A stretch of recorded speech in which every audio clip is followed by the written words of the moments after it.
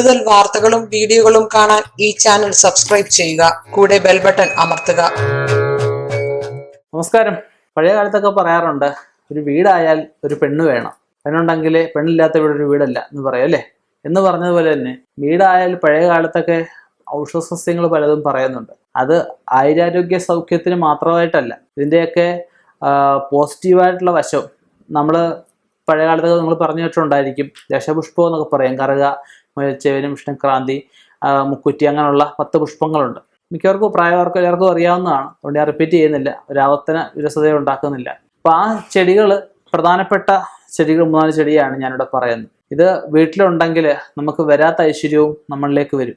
ഇതിൽ ഒന്നാമത് പറയുന്നതാണ് മുക്കുറ്റി. മുക്കുറ്റി ഞാൻ പറയാൻ എല്ലാവർക്കും പറയാം, ഗണപതി ഭഗവാൻ ഏറ്റവും ഇഷ്ടപ്പെട്ട 2 കാര്യങ്ങളുണ്ട്. എന്തൊക്കെയാണെന്നല്ലേ? കറുകയും മുക്കുറ്റി. ഇതിനകത്ത് കറുകയും പറയുന്നുണ്ട്. രണ്ടാമത് കറുകയും മുക്കുറ്റിയും തടസ്സങ്ങൾ മാറാനും ഗണപതി ഭഗവാന്റെ അനുഗ്രഹം നേടാനും ഒക്കെ ആയിട്ട് ഏറ്റവും സഹായിക്കുന്നതാണ്. ചെറിയ പാത്രത്തിലെങ്കിലും പറ്റുവാണെങ്കിൽ ഒരു 3 എണ്ണം അല്ലെങ്കിൽ 5 എണ്ണമെങ്കിലും മുക്കുറ്റി വളർത്തുന്നത് നന്നായിരിക്കും. കറുക വളർത്തുമ്പോൾ ഒരു ചെറിയ പാത്രത്തിൽ നല്ല വെട്ടിയൊക്കെ നിർത്തി കഴിഞ്ഞാൽ ഭംഗിയായിട്ട് ഇതൊരു കറുക നിർത്താൻ പറ്റും. എൻ്റെ ഇല്ലത്തൊക്കെ നിർത്തിയിട്ടുണ്ട്. അതുപോലെ 3-ാമത് തുളസിത്തറ. തുളസിത്തറ ഏറ്റവും നമുക്ക് വരുന്ന ദോഷങ്ങൾ തുളസിത്തറ മറികടന്ന് ഇങ്ങോട്ട് വരാതിരിക്കാനായിട്ടാണ് തുളസിത്തറ നമ്മൾ സൃഷ്ടിക്കുന്നത്. തുളസിത്തറ വിധിപ്രകാരം കോലളവും ഒക്കെ എടുത്ത് ചെയ്യുന്നത് നന്നായിരിക്കും. തുളസി ചുവട്ടിൽ എന്തെങ്കിലും ഒരു ദീപം രാവിലെയോ വൈകിട്ടോ ഏതെങ്കിലും നേരം കത്തിക്കുന്നതും ശ്രേഷ്ഠമാണ്. പിന്നെ ഉള്ളതാണ് ചെറുവിള. ചെറുവിള നമ്മൾ ബലികർമ്മങ്ങൾക്കൊക്കെ എടുക്കുന്ന, പിതൃക്കളുടെ അനുഗ്രഹം ഉണ്ടാവാൻ ചെറുവിള വെച്ച് വളർത്തണമെന്ന് പറയുക. ബലികർമ്മങ്ങൾക്ക് എടുക്കുന്നതോടൊപ്പം തന്നെ പിതൃ സാന്നിധ്യവും നമുക്ക് ഈ ചെറുവിളയൊക്കെ വെച്ച് കഴിഞ്ഞാൽ ഉണ്ടാവും. പിന്നെ പറഞ്ഞ വിഷ്ണുക്രാന്തി. ആ പേരിനകത്തുണ്ട് വിഷ്ണു ഭഗവാൻ അല്ലേ, ഭാഗ്യകാരനൊക്കെയായ വ്യാഴം മഹാവിഷ്ണു എന്നാണ് പറയുക. അപ്പോൾ വിഷ്ണു ഭഗവാന്റെയൊക്കെ അനുഗ്രഹം നേടാൻ വളരെ സഹായകമായിട്ടുള്ള ഒരു ചെടിയാണ് വിഷ്ണുക്രാന്തി. അപ്പോൾ ഈ പറയുന്ന ചെടികളൊക്കെ നമ്മുടെ മുറ്റത്ത് വളർത്തിക്കഴിഞ്ഞ് കഴിഞ്ഞാൽ നമുക്ക് ഔഷധ ഗുണമുണ്ട്.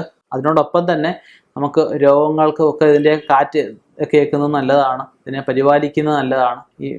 ഞാൻ ഈ പറഞ്ഞ ഭഗവാന്മാരുടെയൊക്കെ ഐശ്വര്യവും അവരുടെയൊക്കെ അനുഗ്രഹവും ഒക്കെ നമുക്കുണ്ടാവും. ഇതിനോടൊപ്പം തന്നെ നമുക്ക് എന്തെങ്കിലും ദോഷവിഷയങ്ങളുണ്ടെങ്കിൽ നല്ലൊരു ജ്യോതിഷനെ കണ്ട് മാറ്റി ഈ ചെടികളും വളർത്തി മുന്നോട്ട് പോവുക. നല്ല ഒരു അഭിവൃദ്ധി, നല്ലൊരു ഉയർച്ചയും നമ്മൾ പ്രതീക്ഷിക്കാത്ത രീതിയിലുള്ള പടവുകൾ കയറിപ്പോവാനും ഈ ഭഗവാന്റെ അനുഗ്രഹം കൊണ്ട് സാധിക്കട്ടെ. നിർത്തുന്നു. നന്ദി, നമസ്കാരം. വിവിധ പരീക്ഷകൾക്ക് ഉചിതമായ രീതിയിലുള്ള തയ്യാറെടുപ്പിന് പഠന തിരക്കുകൾക്കിടയിൽ വിട്ടുപോകുന്ന പൊതുവിജ്ഞാനവും വായനാശീലവും തിരികെ പിടിക്കാൻ വിദ്യാർത്ഥികൾക്ക് വിദ്യാഭ്യാസപരമായ വാർത്തകൾ അറിയാൻ വിദ്യാവാർത്ത